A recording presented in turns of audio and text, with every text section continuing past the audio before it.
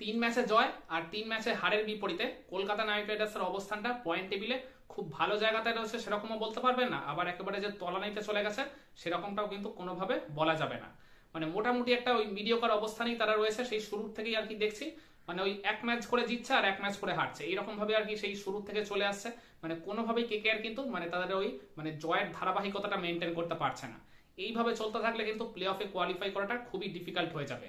তো আমার মনে হয় ডেফিনেটলি এবারে কেকেআর এর টিম ম্যানেজমেন্টের আরো সিরিয়াস হয়ে ভাবা উচিত। মানে তাদের অপোনেন্টের এগেনস্টে মানে ওই কন্ডিশন বা আর কি প্রতিপক্ষ বিবেচনায় তাদের মানে বেস্ট লাইন আপটা ঠিক কেমন হওয়া উচিত এই জয়ের ধারায় বা জয়ের সরণিতে ফেরার জন্য।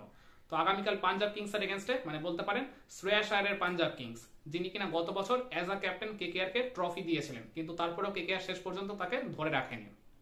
তো সেই শ্রেয়াসের পাঞ্জাবের এগেনস্টে কেকেআর এর বেস্ট লাইন আপটা ঠিক কেমন হওয়া উচিত, চলুন সেটা নিয়ে আজকের এই ভিডিও আলোচনা করা যাক। তো আমি এই জায়গায় ওপেন করতে দেখতে চাই ওই কুইন্টন ডিকক আর সুনীল নারিনকে। তো ওপেনিং জুটি ভাঙার কোনো দরকার বা প্রয়োজন আছে বলে আমি মনে করি না, যদিও এখনো পর্যন্ত তারা এই চলতি টুর্নামেন্টে একটাও 50+ রানের ওপেনিং পার্টনারশিপ দিতে পারেনি, কিন্তু এই লখনৌয়ের এগেনস্টে ম্যাচটায় বা আগের ম্যাচটায় মানে চেন্নাইয়ের এগেনস্টে তারা কিন্তু ভালো একটা পজিটিভ স্টার্ট এনে দিয়েছিলেন, 40+ রানের একটা পার্টনারশিপ করেছিলেন দুই ম্যাচেই। তো ডেফিনেটলি ডিকক আর নারিনকেই আমি দেখতে চাই ওপেন করতে। আর নাম্বার 3-তে চলে আসবেন ডেফিনেটলি ক্যাপ্টেন আজিঙ্কে রাহানে। এই জায়গাটা নিয়েও প্রশ্ন তোলার কোনো জায়গা বা অবকাশ নেই। আর নাম্বার 4-এ চলে আসবেন অঙ্কুশ রঘুবংশী আর নাম্বার 5-এ ভেঙ্কটেশ আয়ার।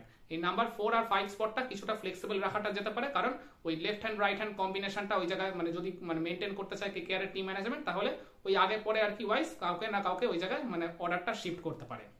তো নাম্বার 4-5-এ ওই রঘুবংশী আর ভেঙ্কটেশ আয়ারই থাকবেন। নাম্বার 6-এ চলে আসবেন রিঙ্কু সিং। এই স্পটটা নিয়ে প্রশ্ন তোলার কোনো জায়গা বা অবকাশ নেই, মানে ফিনিশিং এ রিঙ্কু সিং এই দলের অন্যতম ভরসার জায়গা। নাম্বার 7-এ চলে আসবেন আন্দ্রে রাসেল। এই স্পটটা নিয়েও প্রশ্ন তোলার কোনো জায়গা বা অবকাশ নেই। রাসেলের ব্যাট যেদিন চলবে সেদিন তিনি একাই প্রতিপক্ষকে ছাড়খাড় করে দিতে পারেন, আর অপরদিকে তার বোলিং বা ফিল্ডিং সেটাও দলের জন্য যথেষ্ট কার্যকরী। আর নাম্বার 8-এ চলে আসবেন মঈন আলী। মঈন আলীকে আমি এই ম্যাচের একাদশে বা এই ম্যাচের আর কি বেস্ট লাইন আপেও দেখতে চাইছি, কারণ এই মূল্যায়নপুরে যখন খেলা হবে আগামীকাল, এই উইকেটটা কিন্তু কিছুটা আর কি স্লোইশ নেচারের উইকেট। মানে যদি আবার ব্ল্যাক সোয়েলের উইকেটে খেলা হয় তাহলে তো বলতে পারেন একেবারে কেকেআর স্পিনারদের জন্য স্বর্গরাজ্য হয়ে যাবে। তো আমার মনে হয় কেকেআর এর লাইন আপে যখন এত ভালো ভালো কোয়ালিটি স্পিনার রয়েছে, তো ডেফিনেটলি তারা ওই ব্ল্যাক সোয়েলের উইকেটে হয়তো নাও খেলতে পারে, কিন্তু তারপরেও এই উইকেটের নেচারটা কিন্তু একটু স্লোইশ টাইপেরই। তো আর মঈন আলীকে খেলালে ডেফিনেটলি একটা বাড়তি স্পিন অপশন পাবে কেকেআর, আর শেষের দিকে গিয়ে তার ব্যাটিং সার্ভিসটাও কিন্তু কেকেআর এর জন্য অনেক কাজে লাগবে। তো সেই কারণে নাম্বার 8-এ আমি মঈন আলীকেই দেখতে চাই। নাম্বার 9-এ চলে আসবেন হার্ষিত রানা। এই স্পটটা নিয়েও প্রশ্ন তোলার কোনো জায়গা বা অবকাশ নেই, তিনি হচ্ছেন এই টিমের একবারে মূল পেসার বা লিডিং পেস বোলার যাকে বলা চলে। আর নাম্বার 10-এ চলে আসবেন বৈভব আরোরা। বৈভব আরোরা বলতে গেলে মানে হার্ষিত রানার থেকেও এই মুহূর্তে আর কি মানে বেশি ভালো ফর্মে বা ভালো টাচে রয়েছেন। প্রত্যেক ম্যাচই দেখা যাচ্ছে তিনি নিয়ম করে আর কি মানে দলের যখন প্রয়োজন হচ্ছে মানে গুরুত্বপূর্ণ সময় ব্রেক থ্রু দিয়ে মানে টিমকে উপকার করছেন। তো বৈভব আরোরা স্পটটা এই জায়গায় একেবারে কনফার্ম। আর নাম্বার 11-এ চলে আসবেন বরুণ চক্রবর্তী। এই স্পটটা নিয়ে প্রশ্ন তোলার কোনো তো জায়গা বা অবকাশ থাকেই না।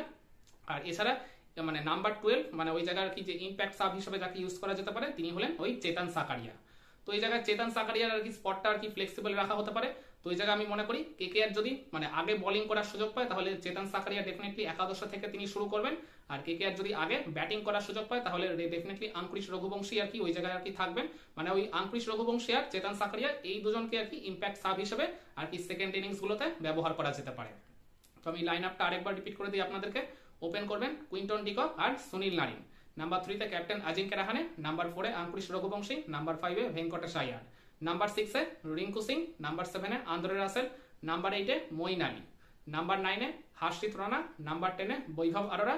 নাম্বার 11-এ বরুণ চক্রবর্তী। আর নাম্বার 12-এ চেতন সাকারিয়া। আর ইম্প্যাক্ট সাব হিসেবে সেকেন্ড ইনিংসে ইউজ করা যেতে পারে ওই অঙ্কুশ রঘুবংশী আর চেতন সাকারিয়ার মধ্যে যে কোনো একজনকে। একমত হবেন আমার সাথে? আপনারাও কি মনে করেন আগামীকাল শ্রেয়াস আয়ারের পাঞ্জাব কিংসকে হারানোর জন্য কেকেআর এর এটাই বেস্ট পসিবল লাইন আপ হতে পারে বা বেস্ট 12 হতে পারে? কমেন্ট করে আপনার মতামতটা জানাতে পারেন।